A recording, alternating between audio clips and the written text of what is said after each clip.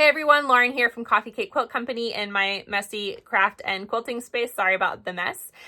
So yesterday on the Longarm Quilting Facebook group, somebody had a question and I thought it'd be really great to pop on here because I actually have an example of this right here so I can show you what I do. It's a little tip and trick for if you're a Longarm quilter. So the quilter's concern was that when she aligned her row, she selected a middle point to go ahead and snap the next row to, which is great. That's exactly what I do. But what happened is that the edges of her quilt, so either the left and then the right edge as well, the spacing was just a little bit off. So it didn't match up with the middle of the quilt. It kind of got away towards the ends of the quilt. And there's a reason that this happens. There's a couple of reasons that this happens, but one of the reasons I actually have right here to show you, and this person actually had a pieced backing. And so the pieced backing, there was no way for me to load it horizontally. When you load a backing that's pieced horizontally, the seam creates an even tension. You don't get kind of the puckering and the buildup that you would get with a vertical seam going down vertically there. You get a lot of tension.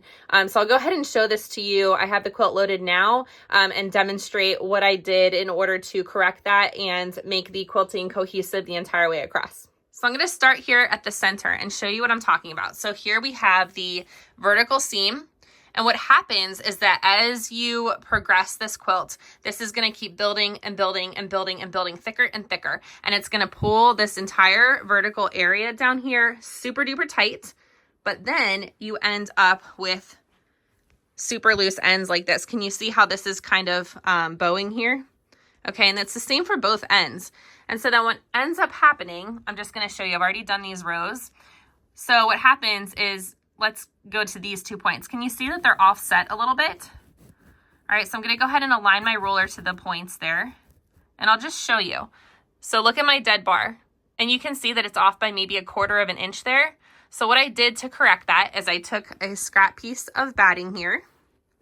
Okay, and I went behind this dead bar. I believe all Longarm quilts are similar in setup here. And what I did is I just pushed this behind the dead bar to create some tension here. And just played around with it to make sure that I had this ruler parallel. So it looks like I have this up a little too far. So I'm going to go ahead and just kind of adjust that just slightly. Okay, there we go. Okay, do you guys see how it's parallel now with the dead bar? All right, so what happened is I had my setup just like this, and now you can see that the stitching, for instance, right here is the same as it is right here.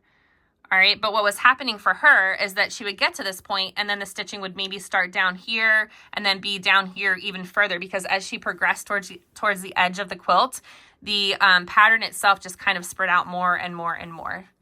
Okay, so you want it nice and tight and cohesive the entire way. I'll go to my middle point here. All right, this middle point is the same as my end point. All right, so that's my little tip and trick. Let me know what you think down below.